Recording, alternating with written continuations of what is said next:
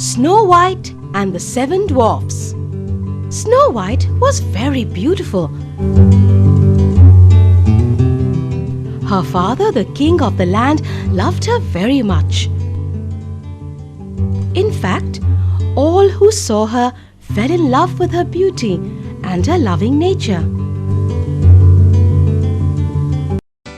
Snow White had a stepmother who did not like her.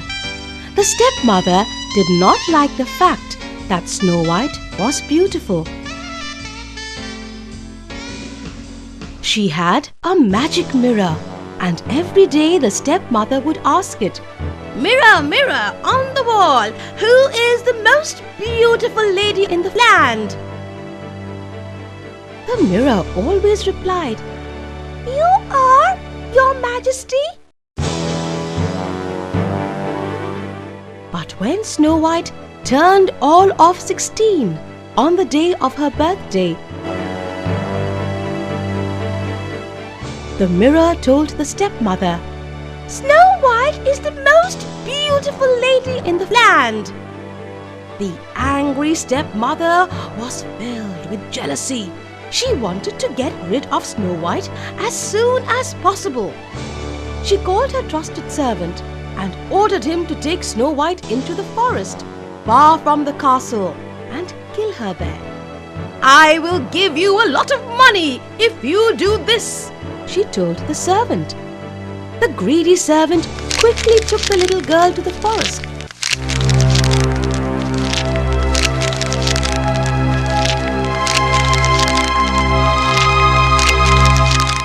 But the girl looked so pretty and sad that he could not kill her and left her alone in the forest, sitting under a tree.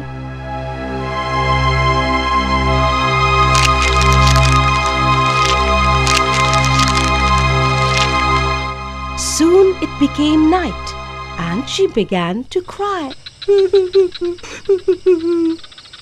She heard strange sounds and rustlings that made her feel scared.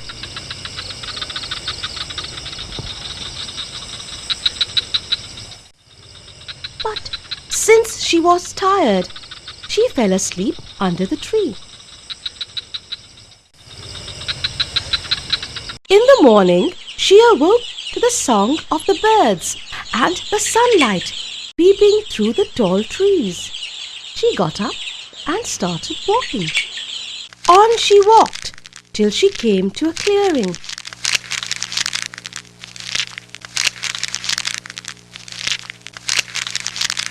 There stood a funny-looking cottage with a tiny door, tiny windows, and a tiny chimney. "Oh, what a tiny cottage this is! Let me go inside. Maybe I will find some food to eat here."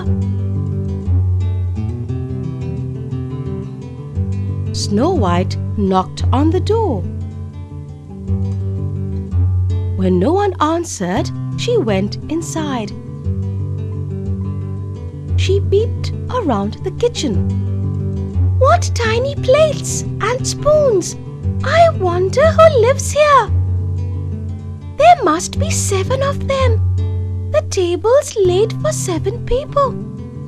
Then she went upstairs, where she saw a bedroom with 7 little beds. "I'll cook a meal for whoever lives here. They will be glad to find a meal ready."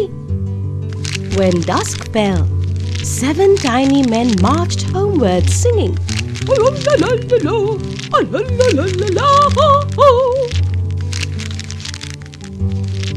They opened the door and were surprised to find a bowl of hot soup on the table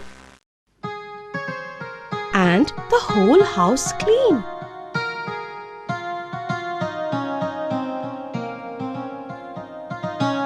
Snow White lay fast asleep on one of the beds.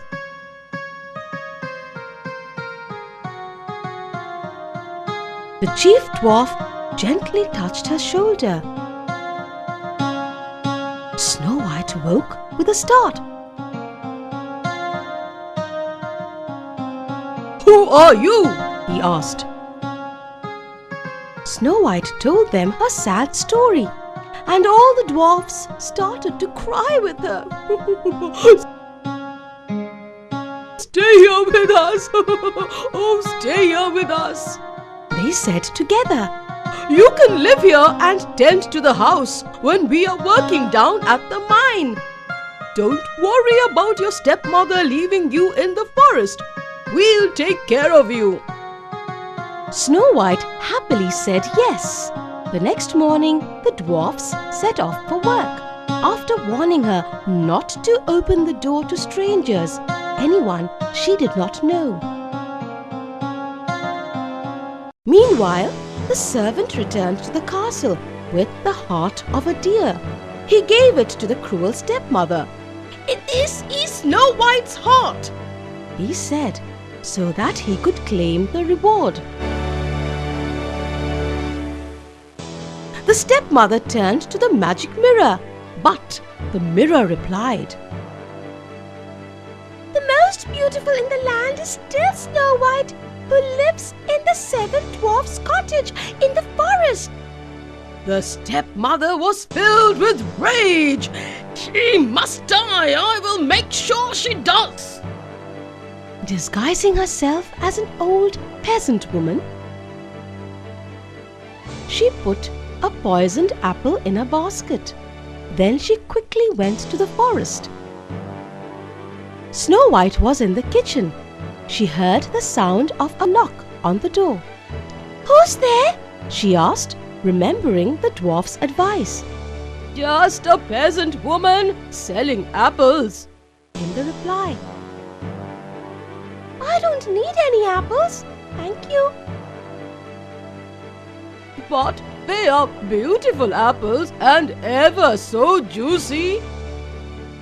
"I'm not supposed to open the door to anyone," said Snow White. "Good girl, if you promised not to open up to strangers, then of course you can't buy one of my apples. You are a good girl. Indeed, as a reward for being good, I'm going to make you a gift of one of my apples." Snow White opened the door just a tiny crack to take the apple. Then the stepmother quickly went away. Snow White bit into the fruit, and as she did, fell to the ground. The poison made her lifeless. Meanwhile, the dwarfs came out of the mine to find Snow White lying still and lifeless, the poisoned apple by her side. They did their best to wake her, but could not do so. Sad, they laid her on a bed of rose petals in a crystal coffin. Then one evening, they found a handsome young man kneeling by the coffin, looking mournfully at Snow White. The dwarfs told him the sad story, and the prince, for he was one, said, "Let me take her to my castle. I will call the best doctors in the land to wake her. She is so beautiful." And he bent to kiss her, which is what he did. He shook the coffin as he did, and the jolt made the apple fall out of Snow White's mouth. She woke up. The nasty spell laid by the wicked stepmother was broken. Yeah! Everyone was happy.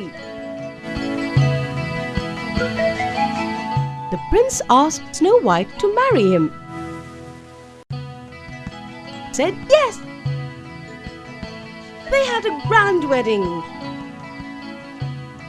and Snow White invited her father to the wedding. The wicked stepmother was thrown out of the land by the king for having been so mean to his daughter.